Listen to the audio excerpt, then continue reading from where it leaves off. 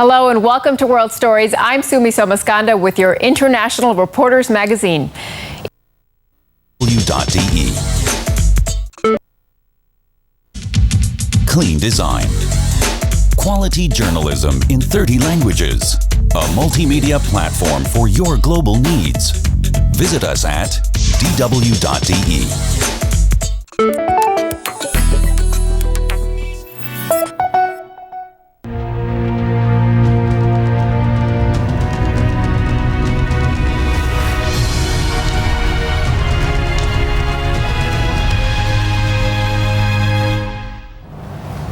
Hello and welcome to World Stories. I'm Sumi Somaskanda with your International Reporters Magazine. Each week we take you on a journey around the globe with our contributing reporters and partner stations as they show us the people, places, and issues that shape their world. We start out today with a story about a unique theater production in Lebanon. In the capital Beirut, a group of female actors are working on a production of Sherazade, the legendary story of a Persian queen and 1001 Nights.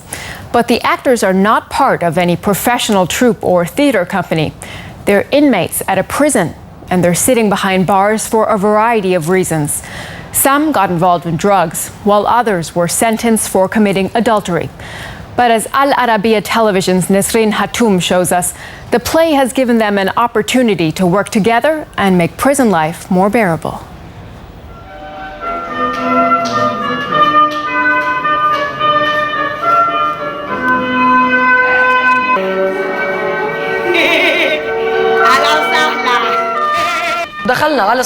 We've worked for nearly a year on Sherazade in Babda prison.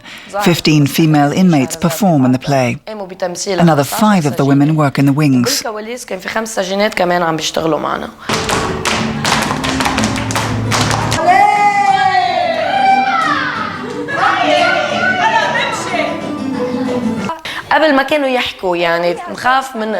They used to never talk about themselves. Each woman was afraid the others might discredit her.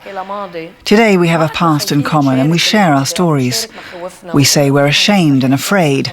We say this is not unjust because we are perpetrators. I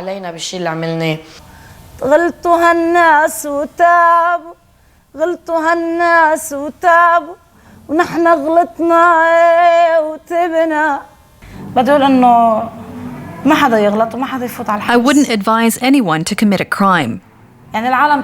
Being in prison is terrible. Better to suffer 100 times than land in jail. 1 minute here is like your entire life in freedom. I've been here for 2 years, and I feel like it's been 10 years. I regret getting into drugs and trusting untrustworthy people. Every day I spend in here without the chance to hug my daughter is torture.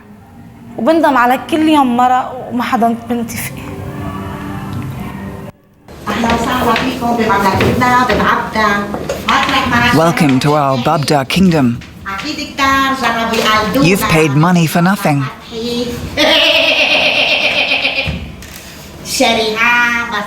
Because you're not like us, inmates in Babda.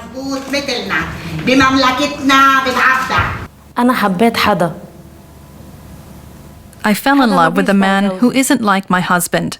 He's quiet, kind, and he respects me. But I love my daughter more. That's why I didn't move out. On February 2nd, 2012, my husband found out.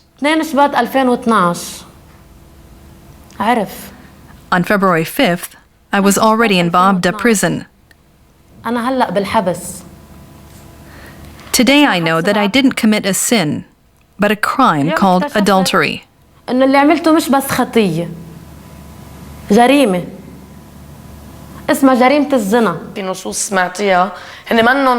What you heard wasn't the story of one person, but of 6 people with a similar story.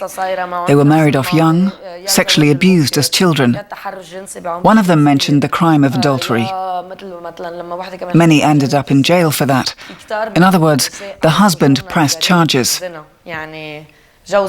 But in Lebanon, a woman can't report a man for that.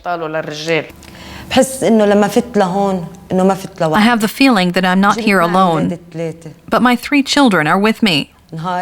My day, I spend it with the shell, the bag of juice, and the rose. The night, I lay my head on the shell with the bag of juice on my breast and the flower in my hand. Where are they now? I don't know. Some say they're in an institution. Some say my daughter is being held prisoner by a man. And others say my son prowls the streets. We set up the play in the attic. There are 3 windows up here with iron bars and a view of Beirut. Next door is a small room with skylights. They can enjoy the sky from there. They can breathe. That's where they have their free hour. So we'd wait till it was over before we'd start practicing. And then the pots had to be washed. There's a kitchen there where the frying gets done because it's ventilated. The evening meal gets prepared there, and the laundry gets hung up. We worked on our play between pots and pans and laundry. Fatma is known as the Dean because she's been in prison the longest, for 14 years.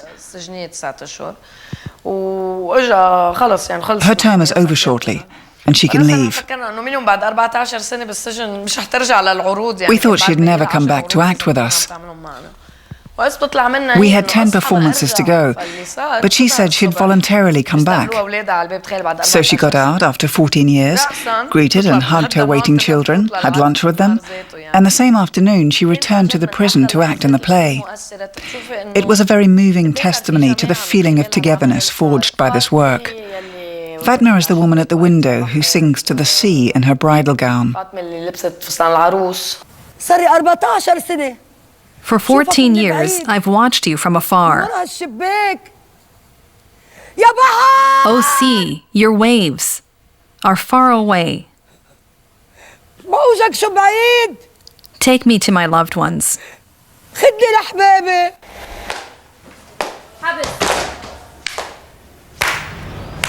We applaud those courageous women.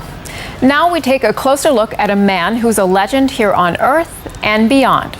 Yuri Gagarin secured his spot in history in 1961 after becoming the first human to journey into outer space. He was a huge source of pride for his native Russia, but especially for the town where he first learned to fly a plane. In our next story, Russia's UTV reporters Katarina Miskereva and Oleg Berendez visit the town of Orenburg, where Yuri Gagarin's memory is still alive and well.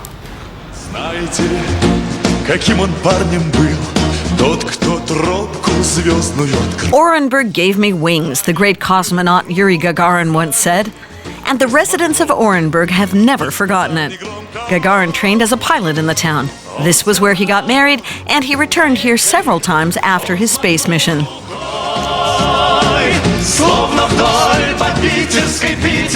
People in Orenburg treasure everything associated with the period that Gagarin spent in the town. Things look much the same here as they did in 1955, when 21-year-old Yuri Gagarin used to walk this very street to military aviation school, or Lietka, as Orenburg residents call it.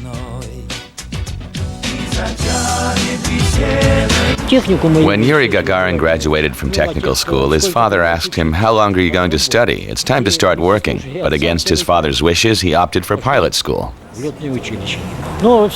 They always ask, what was Yuri Alexeyevich Gagarin like? He was just a normal guy, like all of us. The only difference was that we had finished 10 grades and he had graduated from the technical school in Saratov. The psychological process of mastering the aircraft was more or less the same for all of us, for me, for Gagarin, for the other guys. The problems were always typical. For example, the most difficult part was how to handle the landing. Maybe he stood out because he always wanted to be ahead of the others. When the instructor asked questions, he replied first. When the instructor picked someone else, Yuri interrupted. "If I make a mistake now, you can correct me, but up in the air, there won't be anyone around."